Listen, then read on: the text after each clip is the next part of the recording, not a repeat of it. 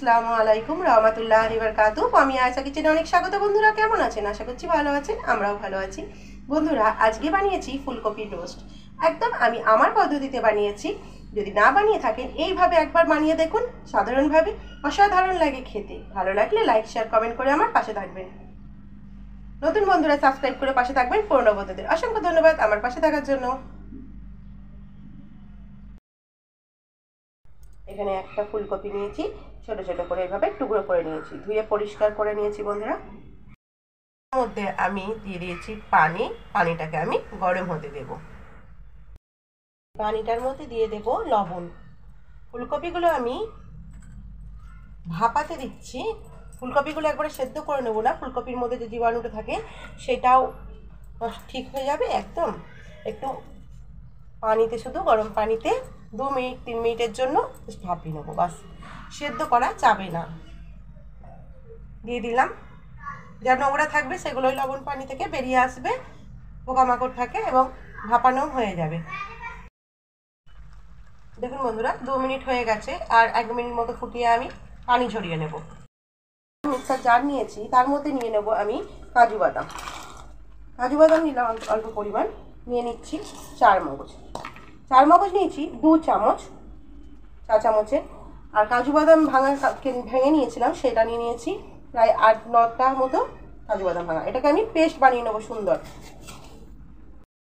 এটা শেয়ার করছি, দেখুন আমি পেস্টটা বানানোর আগে ভালো করে গুঁড়ো করে নিলাম। কারণ সবাই অনেকেই বলেন যে পেস্টটা বানাতে গেলে ভালো করে পেস্টটা হয় না। ভিজিয়ে না রাখলে এরমভাবে মিহি করে গুঁড়িয়ে নেবেন, তারপরে পানি দিয়ে পেস্ট বানিয়ে নেবেন। এটা একটা টিপস দিয়ে দিলাম, আপনাদের কেমন লাগলো সেটা অতি অবশ্যই জানাবেন। খুব সুন্দর পেস্টটা হয়েছে দেখুন। নিয়ে নিয়েছি, এখানে দিয়ে দেবো 2টো কাঁচা লঙ্কা আর কিছু পরিমাণ আদা। আদা নিয়ে নিলাম এবং আদাটাকে আর কাঁচা লঙ্কাটাকে পেস্ট করে নেব। এখানে যে সবটাই যে আদা আর কাঁচা লঙ্কার পেস্টটা লাগবে তা না, আমি একটু বেশি করে পেস্ট করে নিচ্ছি। কতটা লাগবে সেটা আপনাদের আমি দেখিয়ে দেবো। পেস্টটা বানিয়ে নিলাম। কড়াই বসিয়ে দিয়েছি, কড়াইটাতে গরম হতে দেব। গরম হতে এর মধ্যে দিয়ে দেব তেল। তেলটা গরম হতে দেব। যে দাগটা দেখছেন ওটা ফুলকপিটা ভাপানোর জন্য এসেছে। গরম হয়ে গেছে, এর মধ্যে দিয়ে দেব আমি ফুলকপিগুলো। ফুলকপিগুলোকে খুব কড়া করে ভাজবো না, কিন্তু সুন্দর একটা কালার নিয়ে আসবো ভেজে। গ্যাসের ফ্লেমটা নিয়ে আস্তে করে দিয়েছি।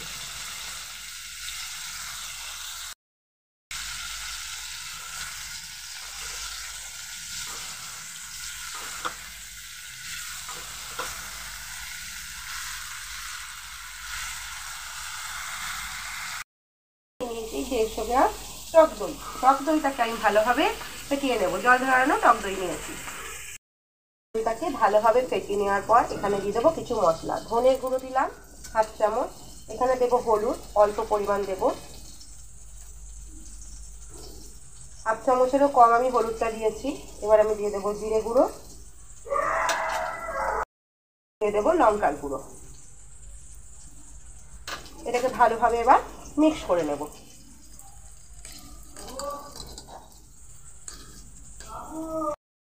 দিয়ে দেবো লবণ, দিয়ে দেবো যে 4 মগজ আর কাজু বাদামটা বেটে রেখেছিলাম সেটা। পানি দিয়ে মিক্সার জারটা ধুয়ে এটার মধ্যে রেখেছিলাম, আমি সবটা দিয়ে দিলাম এবং ভালোভাবে মিক্স করে নেব। এখানে দেবো চিনি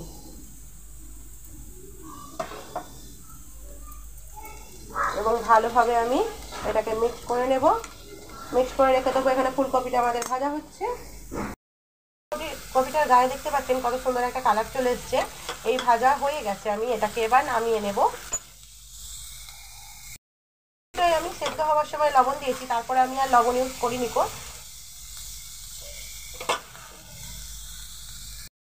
ভাজা ফুলকপিটা দিয়ে দিলাম মশলাটার মধ্যে। এবার মশলাটার মধ্যে ভালো করে মাখিয়ে নেব। দেখুন ফুলকপিটা কিন্তু খুব কড়া করে ভাজিনি এবং ভালোভাবে এটাকে মাখিয়ে নিয়ে 5 মিনিটের জন্য রেখে দেবো ম্যারিনেট হতে। বেশিক্ষণ রাখার কোনো প্রয়োজন নেই।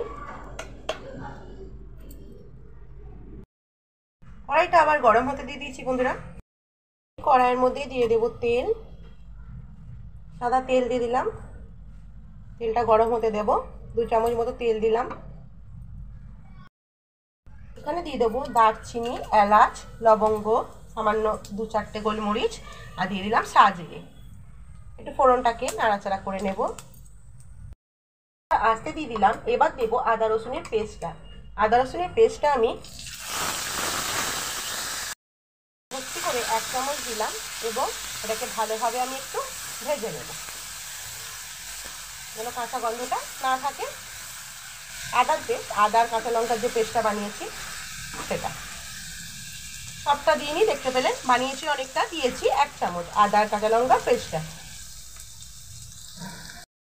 মধ্যে ম্যারিনেট করা ফুলকপিটা দিয়ে দেব। সমস্তটা দিয়ে ভালোভাবে মিক্স করে দেব।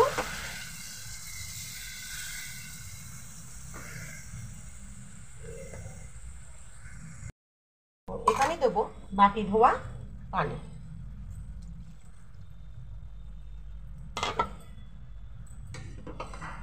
গ্যাসের ফ্লেমটা আস্তে দিয়ে আমি এটাকে হতে দেব। আবার দেখুন ফুটে গেছে। এবার গ্যাসের ফ্লেমটা একদম আস্তে দিয়ে ঝিমে আছে হতে দেব। এবং আপনারা যদি চারমগজ আপনাদের কাছে না থাকে, আপনারা কিন্তু পোস্ত ইউজ করতে পারেন। যেখানে 2 চামচ আমি চারমগজ দিয়েছি, আপনারা পোস্ত দিয়ে পেস্ট বানিয়ে নেবেন। দেখুন বন্ধুরা কতটা পানি বের হয়েছে। এই পানি থেকেই হয়ে যাবে সুন্দর গ্রেভি, এই পানি থেকেই হয়ে যাবে সুন্দর ভাপা। এখানে আমি প্রায় 7 মিনিট পর আপনাদের দেখাচ্ছি। দেখুন বন্ধুরা কত সুন্দরভাবে গ্রেভিটা ঘন হচ্ছে। এর মধ্যে আমি দিয়ে দেব ঘি। প্রথমে আমি ঘিটা দিইনি, আমি প্রথমে ঘিটা দেবো না বলেই দিইনি। এবার আমি ঘিটা দেব। এখানে 1 চামচ মতো পুরো ভর্তি করে ঘি দিয়ে দিলাম এবং দেব গরম মশলা। শাহি গরম মশলা দিয়ে দিচ্ছি। স্বাদ দ্বিগুণ বাড়িয়ে দেবে এই ঘি আর গরম মশলাই।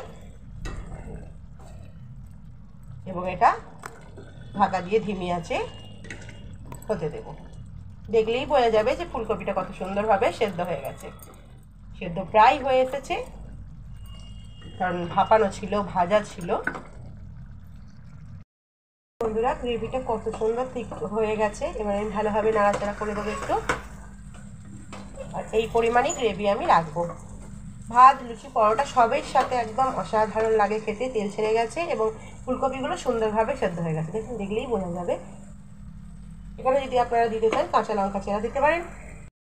পুরো কাঁচা লঙ্কা চেরা আমি দিয়ে দিলাম। 2 মিনিট ফুটিয়ে নিয়েই আমি নামিয়ে নেব। ফ্লেমটাকে কাঁচা লঙ্কা দেওয়ার পর জোরে দিয়ে দিলাম, আর দিয়ে আমি নাড়াচাড়া করে দিয়েছি। এবার আমি নামিয়ে নেব।